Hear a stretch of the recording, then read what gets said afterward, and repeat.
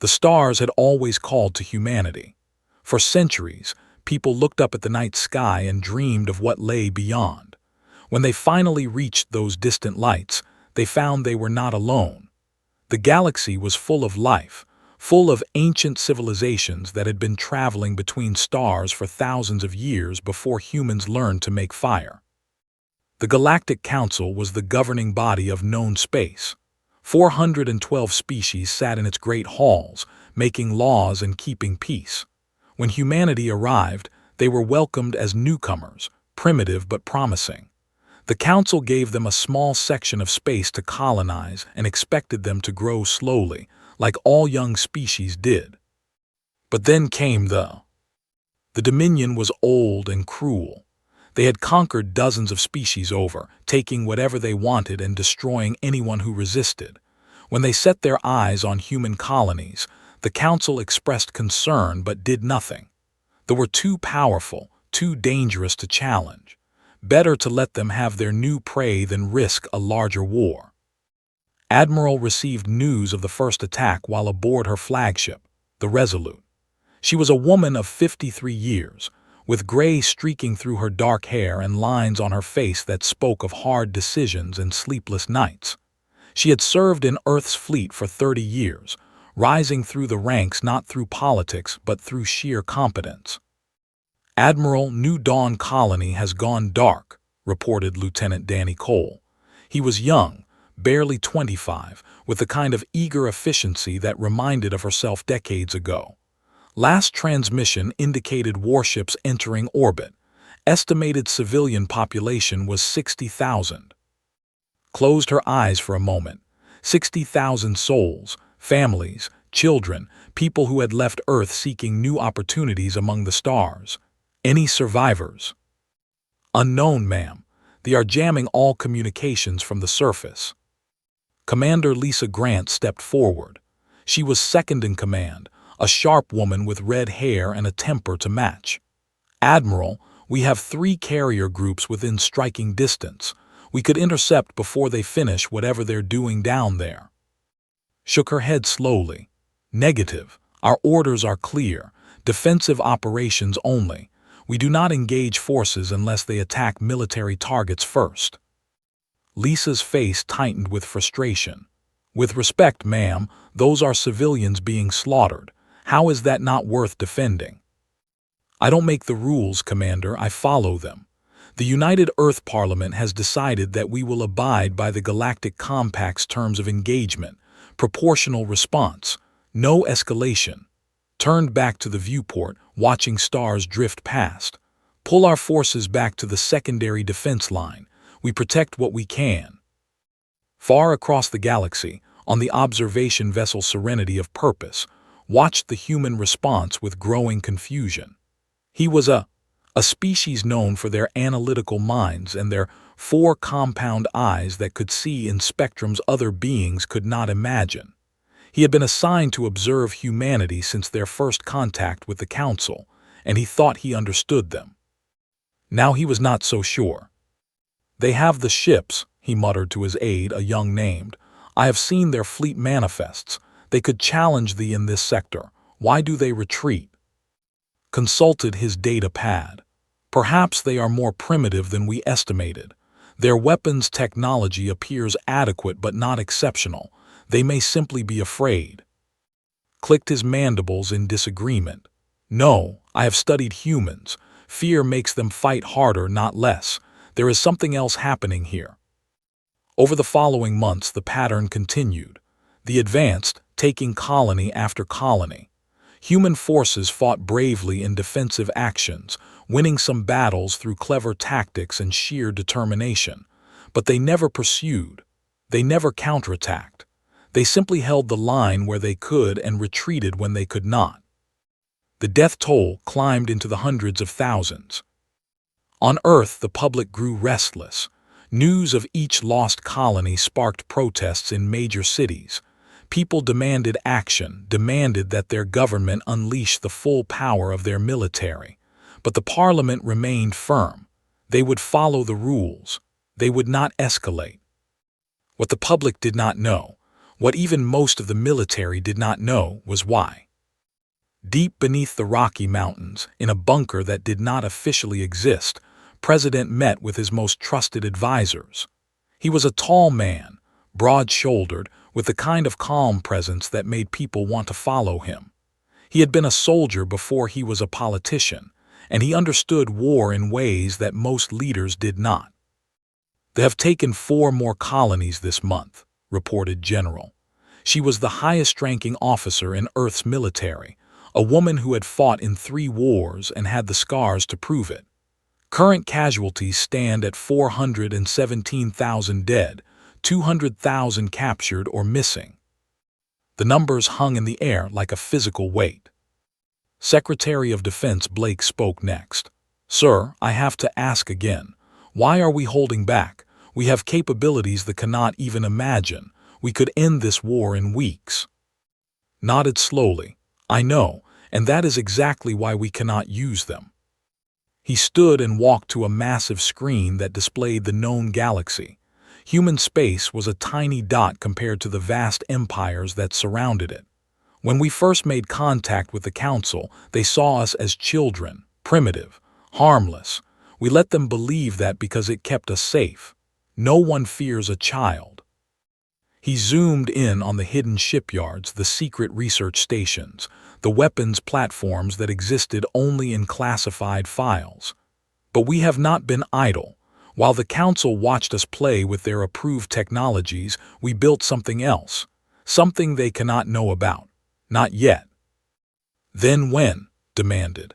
"How many more of our people have to die before we show them what we really are?" Turned to face her, and there was pain in his eyes. Real pain.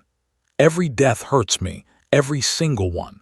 But if we reveal ourselves now before we are ready, the Council will unite against us. Not just everyone. They will see us as a threat to be eliminated, and they will be right to see us that way." He sat back down heavily. "We wait. We follow their rules. We let them think we are weak. And when the moment comes when we have no other choice, we show them everything, but not one moment before." Across the stars, Admiral stood on her bridge, watching another colony burn. She knew what her fleet was truly capable of. She knew the weapons hidden in cargo bays, the ships waiting in dark corners of the solar system, the terrible power that Earth had gathered in secret. And she watched her people die, following orders she hated but understood. The galaxy thought humanity was losing. The galaxy was wrong. The Galactic Compact was written 3,000 years before humanity learned to split the atom. It was a document of peace, created by ancient species who had seen too much war and wanted to prevent more. Every civilization that joined the Council signed it, agreeing to limit their weapons, to fight with restraint, to never use the terrible tools of mass destruction that could sterilize entire worlds. Humanity signed it 30 years ago when they were still new to the stars. They read every word. They understood every clause, and they agreed to follow it completely. What the Council did not understand was that humans had a very different relationship with rules than most species. Humans followed rules when those rules were fair. When the rules were broken by others, humans considered themselves free to respond in kind. They had been breaking rules since the war began. President sat in his private office, reading reports that would never be made public. Prisoner executions, civilian massacres, the use of banned weapons on populated worlds. Each document added another weight to the burden he carried. His chief of staff, a quiet man named Gregory Palmer, entered with more files. "Sir, the Intelligence Division has confirmed 3 more incidents. They are using neural disruptors on civilian populations. They want to capture workers for their labor camps." Set down his reading glasses and rubbed his tired eyes. "Casualties. 12,000 in the latest incident. Mostly families trying to evacuate." Gregory paused. "Sir, the public is demanding action. The protests are growing larger every day. People are starting to question why we are losing so badly when we are supposed to have the 5th largest fleet in the sector." "The 5th largest registered fleet," corrected quietly. The one the council knows about. Gregory nodded. He was one of the few who knew the truth. How much longer can we maintain this, sir? Our people are dying. Our soldiers are frustrated. Even the admirals are starting to question orders. Stood and walked to the window. Outside, the mountains rose toward a clear blue sky. Somewhere up there, past the atmosphere and the orbital stations and the edge of the solar system, his people were fighting a war with their hands tied. Do you know why I took this job, Gregory? You wanted to serve your country, your planet.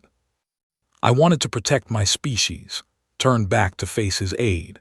When I was a young officer, I studied every alien species we had made contact with. I learned their histories, their wars, their rise and fall. Do you know what I found? Gregory shook his head. Every species that revealed its true power too early was destroyed. They showed their advanced weapons to intimidate their neighbors and were annihilated within a century. They built the most powerful fleet in their sector and were dismantled by a coalition of fearful rivals. Strength without wisdom is suicide on a galactic scale. He sat back down heavily. We will reveal ourselves when we must and not a moment before. When we do, it will be so overwhelming, so complete, that no coalition could form against us in time. But until then, we follow the rules and we bleed. On the front lines, Admiral was implementing those rules with a heavy heart. She stood in the briefing room of the Resolute, facing her senior officers.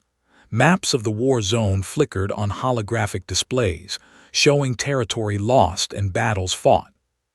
They are pushing toward station, she explained. It is our largest civilian hub in this sector. 2 million people call it home.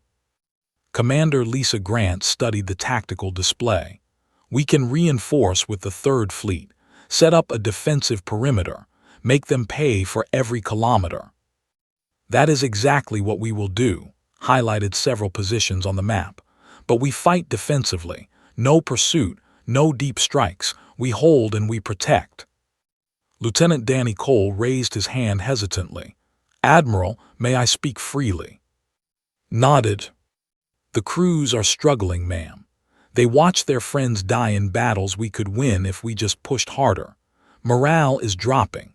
People are starting to ask questions about our equipment, about the sealed cargo bays, about the ships that join our fleet with no official registry. The room fell silent.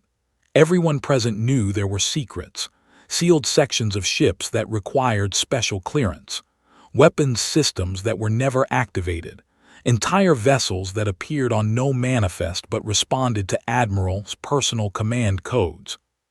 Looked at each officer in turn. These were good people, loyal people. They deserved the truth, but she could not give it to them, not yet. I know it is hard, she said finally. I know you want to fight with everything we have, but our orders come from the highest levels of government, and those orders exist for reasons beyond our pay grade. For now, we fight smart. We save who we can. We trust that our leaders know what they are doing. After the meeting, Lisa followed to her private quarters. They had served together for 15 years, and Lisa had earned the right to speak her mind. You know something, Lisa said. Something big. I can see it in your eyes every time you order a retreat we do not need to make. Poured 2 glasses of whiskey, a luxury she allowed herself in private moments. I know many things, Lisa. Most of them keep me awake at night. The sealed bays, the ghost ships, the weapons we never use. Lisa took the offered glass. Are we really as weak as we pretend to be? Drank deeply before answering. When I was promoted to Admiral, I was given a briefing that lasted 3 days. They showed me things that made me question everything I thought I knew about our species, about our history, about what we built while the galaxy thought we were playing with toys. She met Lisa's eyes. No, we are not weak. We are the opposite of weak, and that is exactly why we cannot show what we are, not until we have no other choice. Lisa absorbed this in silence. Then she nodded slowly. I trust you, I always have. If you say we need to wait, we wait. Thank you, set down her glass. Now go get some rest. Tomorrow we defend station, and I need my best commander sharp and ready." As Lisa left, turned to her private console. A message waited from Earth, encrypted at the highest level. She decoded it and read the contents. Intelligence indicates preparing major offensive. Target unknown. Scale unprecedented. All units prepare for possible full engagement authorization. She read the words again, feeling something cold settle in her stomach. Full engagement authorization. Those 3 words meant the end of pretending, the end of holding back, the beginning of something that would change the galaxy forever. Had spent her career following rules and protecting her people within impossible constraints. Soon, those constraints might disappear. She was not sure if that terrified her or relieved her. Perhaps it was both. New Providence was a beautiful world. It had blue oceans and green continents and cities that rose toward the sky like prayers made solid. 8 million humans called it home, making it the largest colony outside the Sol system. Families had lived there for generations. Children were born there who had never seen Earth except in pictures. They chose it for exactly that reason. Commander Benjamin Torres was leading a routine patrol when the first alarm sounded. His ship, a fast cruiser called the Swift Justice, detected the fleet dropping out of faster-than-light travel at the edge of the system. The numbers made his blood run cold. 57 capital ships, his sensor officer reported, voice shaking. 300 support vessels. This is not a raid, Commander. This is an invasion fleet. Benjamin immediately opened a channel to the planet. New Providence Defense Command, this is Swift Justice. You have a massive force inbound. Begin emergency evacuation protocols immediately. The response came from a frightened young officer. Commander, we cannot evacuate 8 million people. We do not have enough ships. We do not have enough time. Then get as many out as you can. Every life matters. Swift Justice will try to slow them down. His crew looked at him with a mixture of fear and determination. They all knew what slowing down 57 capital ships meant for a single cruiser, but none of them complained. None of them asked to run. They were human, and humans did not abandon their own. The battle lasted 43 minutes. Swift Justice destroyed 2 destroyers and damaged a cruiser before a direct hit took out their engines. Benjamin ordered the crew to abandon ship, staying behind to keep weapons firing until the last possible moment. He was pulled into an escape pod by his first officer just seconds before the ship exploded. As he drifted toward the planet in that tiny pod, he watched the fleet descend on New Providence like vultures on a corpse.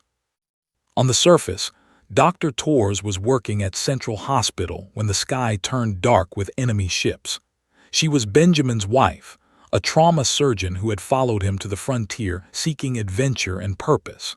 Now she was trying to save lives while the world ended around her. "We need to move the patients to the underground shelters," she ordered her staff. "Grab whatever supplies you can carry. Leave anything non-essential." A young nurse named Caroline Price was helping load a child onto a stretcher when the first bomb fell. The explosion shattered windows 3 blocks away. Screams filled the air as people ran through the streets, seeking shelter that did not exist. Then the gas came. It was not a bomb this time. It was something worse. Canisters fell from the sky, releasing a pale green mist that spread through the streets like a living thing. People who breathed it stopped moving almost instantly, their bodies freezing in place while their eyes remained aware. Recognized it immediately from medical journals she had studied. Neural toxin, banned by every civilized species in the galaxy. A weapon designed not to kill quickly but to paralyze, leaving victims conscious and aware as their bodies slowly failed over hours or days. "Everyone inside," she screamed. "Seal the doors, do not breathe the outside air." They managed to save the hospital, sealing the ventilation system and creating a pocket of clean air. But from the windows, could see the streets filling with frozen figures. Men and women and children, caught in the middle of running, their faces twisted in expressions of terror. 2 million people died on New Providence in the first 6 hours. The news reached Earth like a physical blow. President watched the footage in silence, surrounded by his advisors. Nobody spoke. Nobody could find words for what they were seeing. Streets filled with bodies. Families huddled together in death.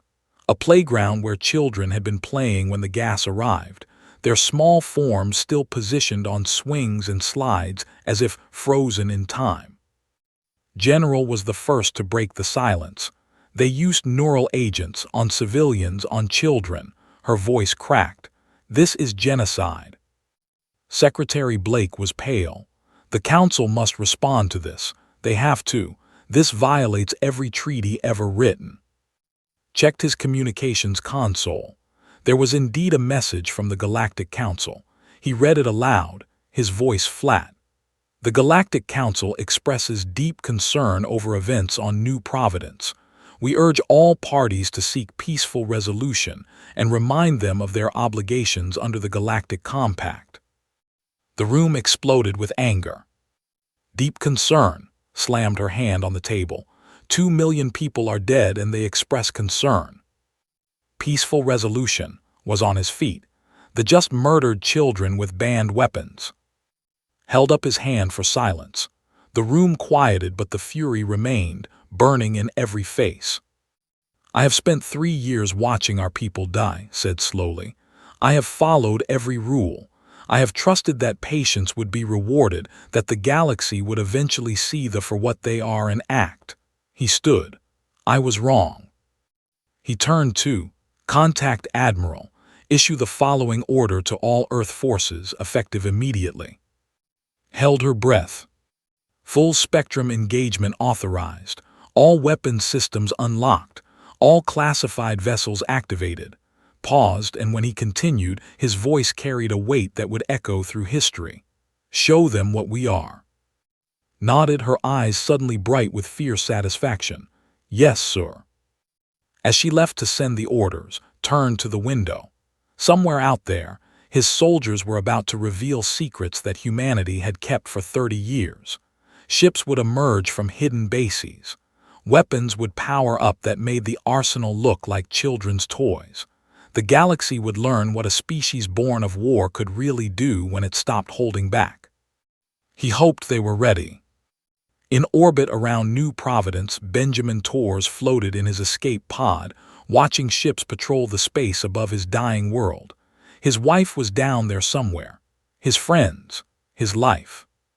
Then his radio crackled with a transmission on frequencies he had never heard used before. All surviving Earth forces, this is Admiral Samuel Price of the 1st Reserve Fleet. Full engagement has been authorized. We are coming. Hold on. Benjamin did not know what the 1st Reserve Fleet was. He had never heard of Admiral Samuel Price, but something in that voice made him believe. They had no idea what was coming. The 7th Fleet was celebrating. They had just completed the most successful operation in their species' long history of conquest. New Providence was theirs, its population either dead or paralyzed for later collection. Soon, they would strip the planet of resources and move on to the next target. Fleet Commander stood on the bridge of his flagship, watching his officers congratulate each other. 30 years of watching humans, studying them, preparing for this moment. And it had been easier than anyone expected. The primitive apes had barely put up a fight. Commander, his sensor officer called out, detecting anomalous readings at the edge of the system. Turned lazily. Probably more of their pathetic rescue ships. Destroy them when they enter range. Sir, the readings are unusual. I'm having difficulty identifying the signatures. Before could respond, space itself seemed to tear open. Ships emerged from faster-than-light travel in perfect formation, appearing so close to the fleet that their arrival shock waves rocked the enemy vessels. But these were not the ships had studied. These were not the outdated cruisers and carriers that humanity was supposed to possess. These ships were monsters. The largest was a dreadnought nearly twice the size of anything in the Navy. Its hull was black and angular, covered in weapons that did not match any known design. Behind it came 1,200 more vessels, each one armed with technology that made instruments scream with confusion. On the bridge of the Awakening, Admiral Samuel Price surveyed the enemy fleet with cold satisfaction. He was an older man, 72 years of careful hiding and preparation written in his white hair and lined face. He had spent his entire career commanding ships that did not officially exist, training crews for a war everyone hoped would never come. Now it had come, and he was ready. All ships, this is Admiral Price. Target priority is the enemy flagship and carrier groups, weapons free. The first volley came from the Awakening's main batteries. They were electromagnetic weapons that accelerated tungsten projectiles to 98% of light speed. At those velocities, a single round carried more energy than a nuclear warhead. The flagship's shields flickered and died in 3 seconds. The hull lasted 2 more. Never had time to give an order. One moment he was standing on his bridge, the next he was atoms scattered through space. His flagship broke apart like a toy in a child's angry fist, explosions rippling through its length until nothing remained but debris. Across the battlefield, the fleet descended into chaos. Their weapons could not track the human projectiles. They were simply too fast. Ships tried to maneuver, tried to form defensive formations, but the humans moved with coordination that seemed impossible. Every vessel knew exactly where every other vessel would be. Every shot was calculated to maximum effect. On the Council observation ship, Ambassador watched in growing horror. His instruments had given up trying to analyze the human weapons. They simply registered each impact as a catastrophic energy spike before the target vessel disappeared. "This cannot be happening," he whispered. "They were losing, they were dying by the thousands. How can they have this?" His aide was frantically pulling data from every sensor on the ship. "I am reading at least 1,200 human vessels, none of which match any ship class in our database. Their weapons are generating energy signatures that exceed theoretical maximums. Their ships are moving in patterns that suggest AI coordination far beyond what they claim to possess. How long have they had these capabilities?" Check the data twice before answering. Based on the construction patterns and technology integration, at least 25 years, possibly 30. The implication hit like a physical blow. For 30 years, humanity had possessed the power to challenge any fleet in the galaxy. For 30 years, they had hidden that power, pretending to be weak, pretending to be primitive, letting the Council believe they were harmless newcomers. And for 7 years, they had watched their people die rather than reveal the truth. What kind of species did that? What kind of patience, what kind of discipline, what kind of cold determination did that require? The battle lasted 11 minutes. When it was over, the 7th Fleet no longer existed. 57 capital ships, 300 support vessels, 150,000 soldiers. All of it reduced to expanding clouds of debris drifting through the darkness between stars. Human losses were 17 fighters and 2 frigates. Admiral Price opened a channel to the planet below. "New Providence, this is Admiral Price of the United Earth Navy. Enemy forces have been eliminated. Medical ships are en route. Hold on just a little longer." In the ruins of Central Hospital, Dr. Torres heard the transmission and wept with relief. Around her, survivors cheered weakly, their voices hoarse from hours of breathing recycled air. They had lost so much, but they were alive, and help was coming. Benjamin Torres, still floating in his escape pod, watched the debris of the fleet drift past his viewport. He had served in the Navy for 15 years and thought he understood human military capability. He had been wrong. Everyone had been wrong. A rescue shuttle picked him up 20 minutes later. As he climbed aboard, He found himself surrounded by soldiers in uniforms he did not recognize, carrying weapons he had never seen. "Welcome back, Commander," the shuttle pilot said. "Sorry we took so long." "Who are you people?" Benjamin asked. The pilot smiled. "We are the ones they did not want you to know about, the First Reserve Fleet, the Hidden Hand, the reason Earth will never fall." Across the galaxy, news of the battle spread like fire through dry grass. The Dominion issued frantic orders, pulling fleets back from offensive positions, abandoning conquered territories, desperately trying to understand what had just destroyed their finest battle group. The Galactic Council convened an emergency session, the first in 300 years. Representatives from 400 species watched footage of the battle over and over, trying to reconcile what they were seeing with everything they thought they knew about humanity. One image spread fastest of all. It was captured by an escape pod, one of the few survivors of the massacre. It showed the Awakening moving through the debris field, its black hull untouched by enemy fire, its weapons still glowing from the battle. Painted on the ship's side was a phrase in human English: "Remember New Providence." The galaxy had thought humanity was weak. The galaxy had thought humanity was losing. The galaxy had thought humanity was just another young species destined to be conquered by their betters. The galaxy had never been more wrong. And now, watching their secret revealed at last, humanity prepared to show the universe that the battle at New Providence was just the beginning.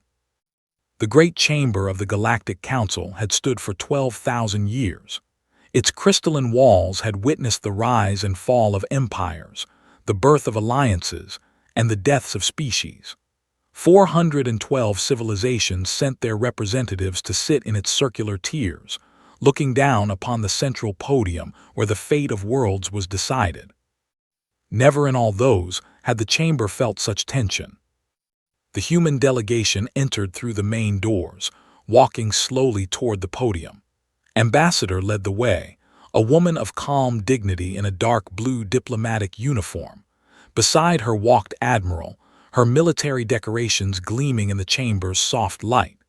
Behind them came President himself, the first human leader to ever address the full council in person.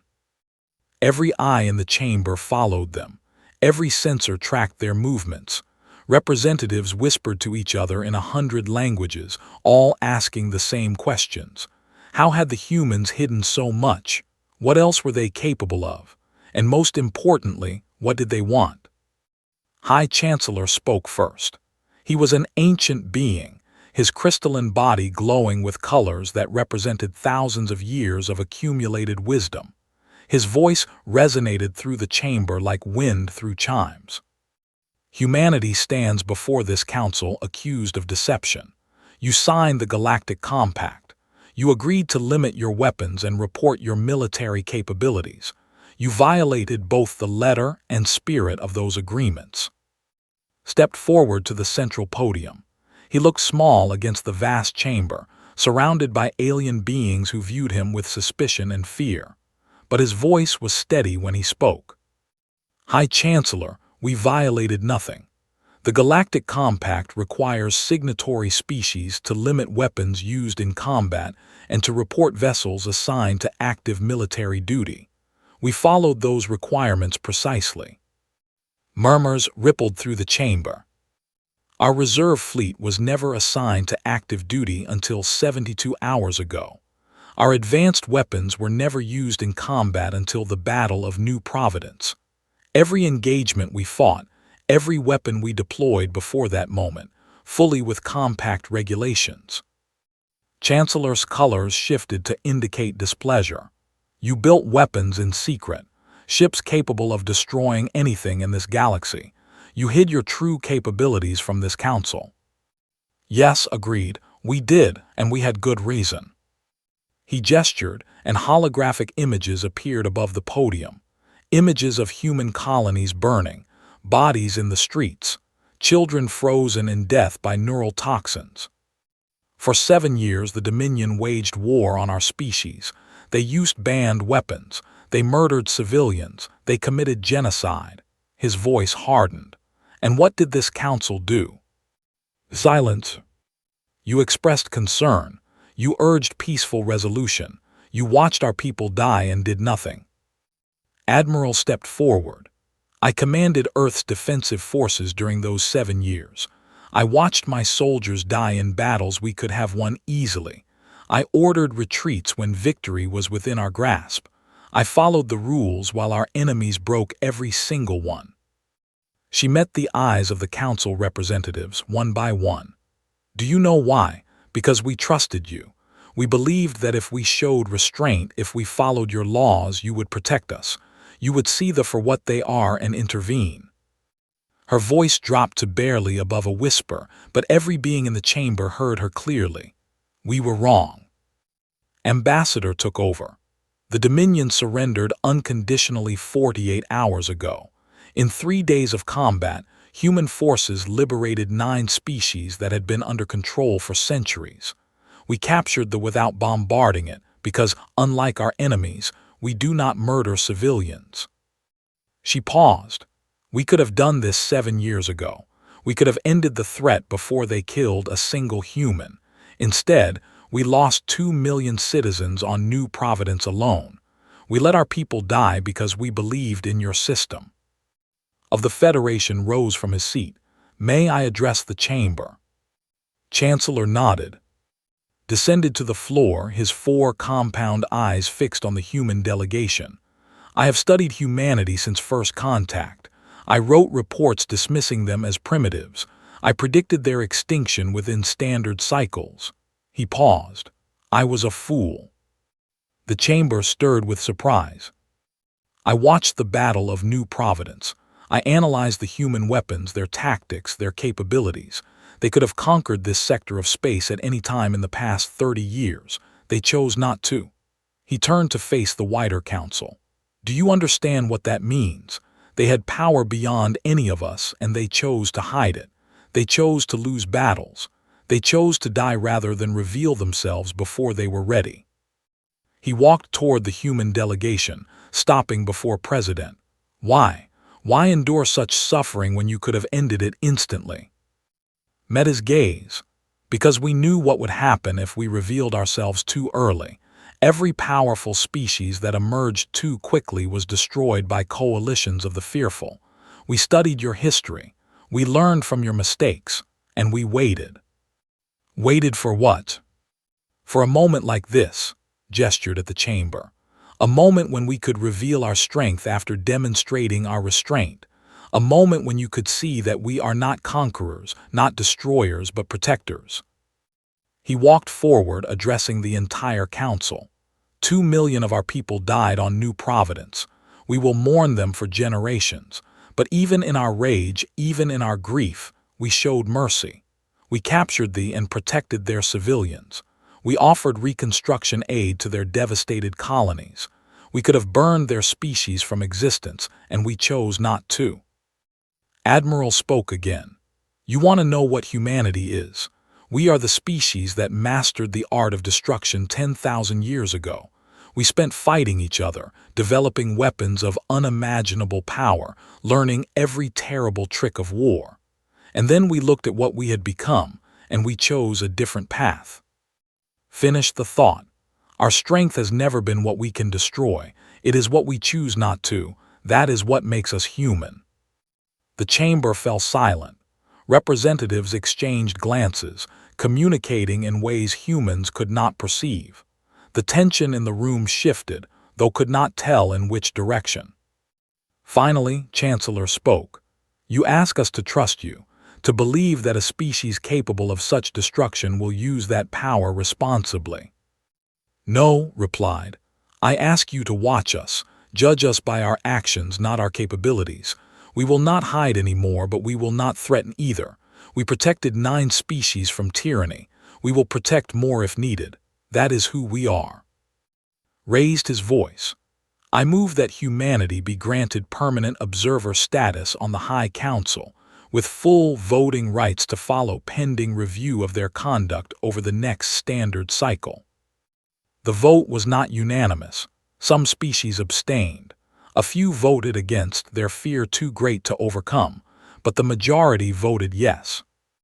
As the human delegation departed, a young diplomat approached them. He was one of many who had quietly opposed the war, and he had watched the proceedings with strange emotions. "I must ask," he said too, "when the Council first contacted your species, you could barely travel between stars. How did you build all of this in 30 years? Looked at him for a long moment. Then she smiled slightly. "We have been fighting each other for 10,000 years. When we finally stopped, we turned all that knowledge, all that experience, all that terrible creativity toward something new. We built weapons we hoped we would never use, ships we prayed would never fly." She began to walk away, then paused. "Your species made us use them. Remember that. Remember what happens when you force humanity to show what it really is." She left him standing there, contemplating a future that had changed forever.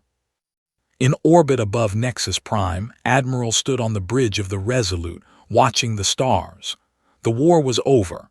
The secret was out. Humanity had stepped onto the galactic stage not as newcomers to be conquered, but as equals to be respected. Lieutenant Danny Cole approached her. "Admiral, what happens now?" Thought about all the battles fought, all the lives lost, all the years of hiding and waiting. She thought about the dead on New Providence and the children who would never grow up. She thought about the terrible power humanity possessed and the even more terrible responsibility that came with it. "Now we prove we deserve their trust," she said. "Now we show them that strength and mercy can exist together. Now we build something better than what came before." She turned from the viewport and walked toward the future, leaving the past behind. The galaxy would never look at humanity the same way again. And perhaps, just perhaps, that was exactly what the galaxy needed.